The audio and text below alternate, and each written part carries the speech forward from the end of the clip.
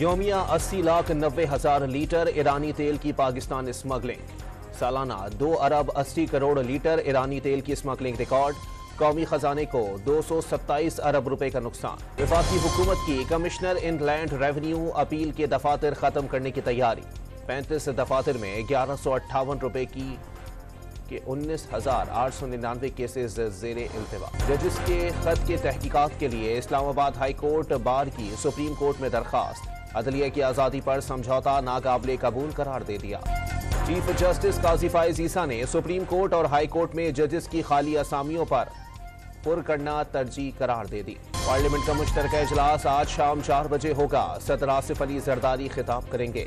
Chief justice چاروں صوبوں کے گورنر اور وزراء اعلیٰ کو شرکت کی دعوت۔ وزیر خزانہ نے روپے کی قدر میں کمی کرنے کی خبروں کو مسترد کر دیا۔ آئی ایم ایف کے ساتھ وسیع تر اور توسیعی پروگرام میں شامل ہونے کے لیے عزم کو دہرا دیا۔ بلوچستان میں بارش نے تباہی مچا دی۔ نشیبی علاقے زیر آب آ گئے، کئی مکان گر گئے، سڑکیں اور پل بہہ گئے۔ گوادر اور مکران کا کراچی سے رابطہ منقطع ہو گیا۔ کراچی کے مختلف علاقوں میں بادل برس پڑے، تیز بارش نہیں ہوگی۔ محکمہ موسمیات کا دعویٰ، اہم شاہراہوں پر سیکشن مشینیں لگا دی گئیں۔ متحدہ عرب امارات میں موسمی الرٹ کے خاتمے کا اعلان۔ دبئی ٹرام اور میٹرو سروس مکمل بحال۔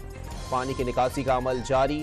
متعدد شاہراہوں کو کھول دیا گیا۔ غیر مؤثر اور زائد المیعاد شناختی کارڈز پر جاری سمز فوری بند کرنے کا حکم۔ وزیر داخلہ کی پنجاب کے ماڈل تھانوں کی طرح ملک بھر میں ماڈل نادرہ آفس بنانے کی ہدایت۔ پنجاب میں 5 جون سے پلاسٹک تھیلوں کے استعمال پر پابندی لگا دی۔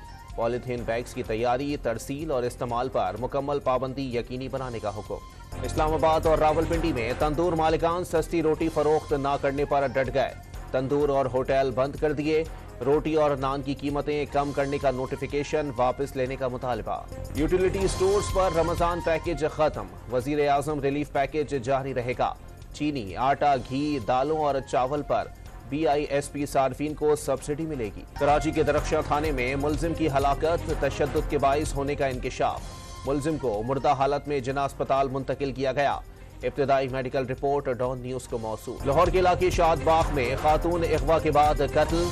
شہر کو 3 روز قبل اغوا کیا گیا تھا۔ لاش نالے سے ملی۔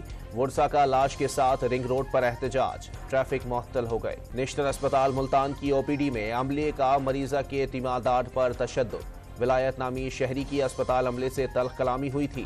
اسپتال انتظامیہ کا دعویٰ۔ مدینے سے دبئی جانے والی 50 سے زائد پاکستانی کویت ایئرپورٹ پر پھنس گئے۔ بزرگ، خواتین اور بچے فرش پر سونے پر مجبور۔ دبئی میں بارشوں کی وجہ سے پرواز کویت میں رکی ہوئی ہے۔ اور پہلے ون ڈے میں ویسٹ انڈیز ویمن کی پاکستان کو جیت کے لیے 270 رنز کا ہدف۔